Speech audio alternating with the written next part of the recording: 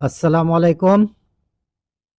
৫ই অগাস্ট ২০২৪-এর পর আমি ভাবছিলাম আমরা বাংলাদেশে সবাই বাংলাদেশী। এখানে হিন্দু, বৌদ্ধ, খ্রিস্টান, চাকমা, মগ যারাই আমরা এখানে বসবাস করি, বৌদ্ধরা সবাই আমরা বাংলাদেশী। আমাদের মধ্যে কেউ আর ওই সংখ্যালঘু বা সংখ্যাগুরু থাকবে না। এটাই আমি ভাবছিলাম এবং ভাবছিলাম যে আমাদের মন মানসিকতার কিছু পরিবর্তন হয়েছে। আসলে ভাবনাটা এরকম ছিল যে ৫ অগাস্টের আগে আ স্বৈরাচার ফ্যাসিস্ট আওয়ামী লীগ, শেখ হাসিনার যেই নির্বাচনগুলোতে ওরা করত সেটা হচ্ছে যে হিন্দুদেরকে কার্ড হিসাবে ব্যবহার করত এবং হিন্দুদের ভয়-ভীতি দেখানো হতো। এইটার পরিবর্তন হয়তো আমি ভাবছিলাম হয়ে গেছে। যে ৫ অগাস্টের পরে ২০২৪-এর পরে হয়তো আমাদের মন মানসিকতার মধ্যে একটু পরিবর্তন আসছে বা আমরা পরিবর্তিত হতে পেরেছি।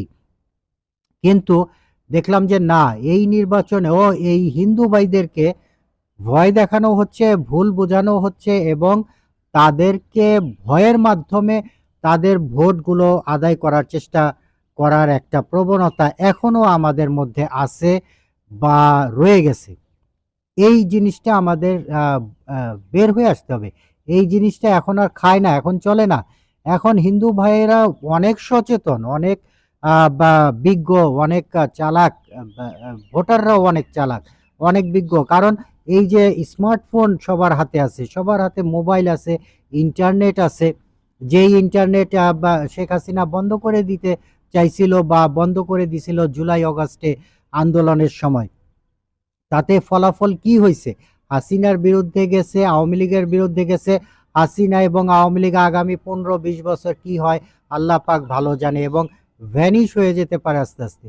তা আপনারাও কি চান যে আপনারাও একদিন ভ্যানিশ হয়ে যাবেন? আপনাদের অস্তিত্ব একসময় আওয়ামী লীগের মতো অবস্থা হবে?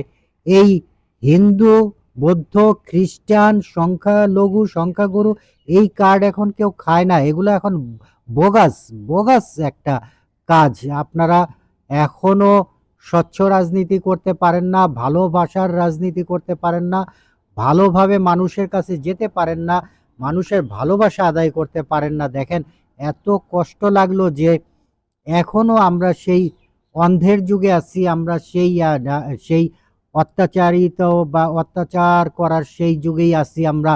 সেই কি বলে বর্বর জাতি আমরা। এখনো হিন্দু